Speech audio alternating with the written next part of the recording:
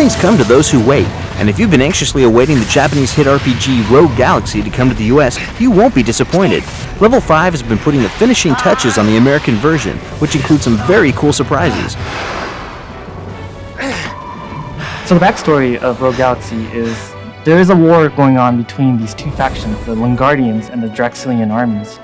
And this is over resources that are found throughout the galaxy, or the lack thereof. However, these wars are not the main story. The game starts on a quiet desert planet named Rosa, on the outskirts of the galaxy. There we meet a young man named Jaster, who yearns for adventure. The character that I play, his name is Jaster, and he starts out the game as very much the kid who wants to leave home. Because Rosa is rich with natural resources, a group of pirates comes to the planet and mistakes Jaster for a bounty hunter. So after a strange turn of events, he is recruited and starts his adventures as a pirate.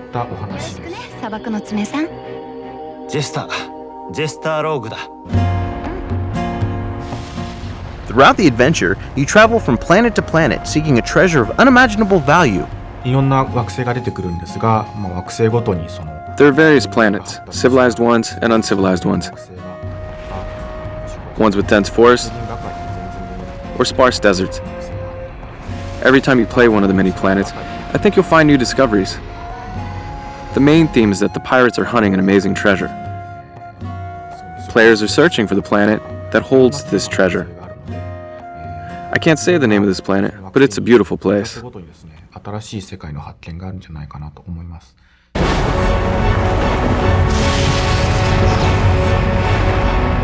As you travel the galaxy on the Dorganark, a spacecraft modeled after a classic pirate ship, you recruit others to join the gang of pirates.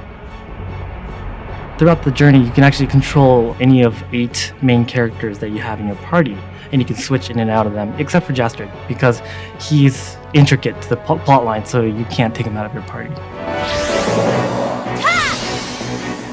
The heroine character is Kisara, who's the daughter of the pirate captain. She fights with a dagger and is an expert in the martial arts.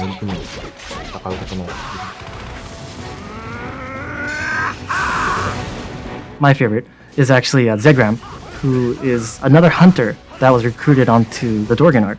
And he is actually one of the tough pirate types, and he doesn't take crap from anybody, and somebody that never loses his cool, but has like a nice sense of humor, kind of a cynical sense of humor with any situation.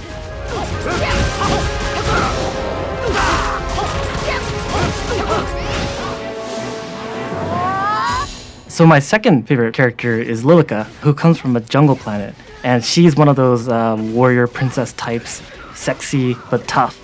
And she's played by a really great voice actress, so I think everybody will enjoy her. Something is causing the problem in the village. If we can find the source, we can save the villagers. Just like most Japanese imports, all of the voices needed to be re-recorded for the US version. And true to the high standards of the game, the development team did not skimp on talent. What we tried to do was try to capture the essence of the character. What is Jaster like? What is Kisala like? What kind of teenagers would they be if they were American kids? That's why we have, Will Friedle, who captures the essence of the character. He captures its energy, his enthusiasm and his youthfulness. You know what's funny? One of the things that actually really helps prepare for a character in a video game role is being a gamer. And I've been playing video games my whole life. Today, for instance, we were doing a scene where we had to do a lot of what actors call oofs and ughs, where you're getting hit or you're getting punched or, this type of thing. It's just like an oof or an and there's really not much to play off of.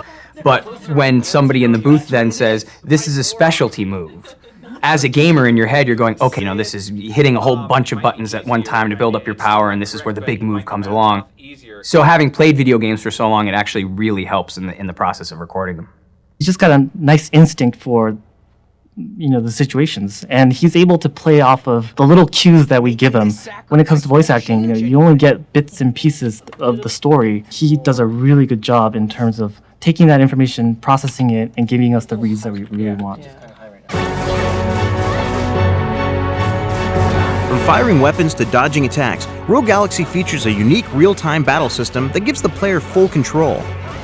The battle system in this game is an action RPG, so you have control over one character at any time during the battle, and you also have two other characters in your party that fight alongside you, and you can actually give them commands throughout the battle by using the command system or the suggestion system. And what the suggestion system is, during the course of the battle, they'll actually offer you suggestions. Hey, Jaster, let me use this item. Let me use this special attack. And it's up to the player to allow them to do that or not. It's to kind of give that sense of camaraderie with your party. For the US version, there's actually a new combo system that's been implemented. In the Japanese version, there was a combo system that would appear randomly. But for the US version, they actually changed it up so it's not random. During the battle, the enemies drop these orbs on the ground, and you collect them and fill up your combo meter. And once it's full, you're able to execute your combo manually. So you have control over which character you want to use that combo on.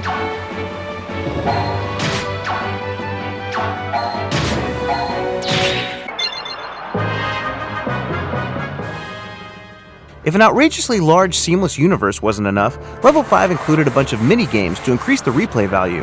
One of the major things is the Insectron Tournament, and this is basically where you go around and you have these traps that you can actually put down on the ground with a bait.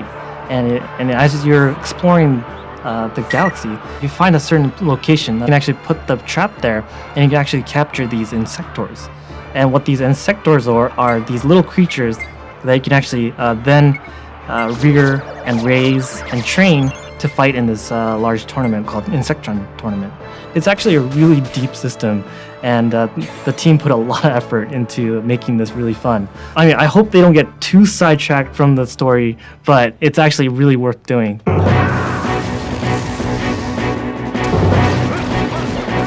Given the incredible success of this game in Japan, and all the additions and improvements to the US version, Rogue Galaxy is looking to become one of the best RPGs, and it's coming exclusively to the PlayStation 2.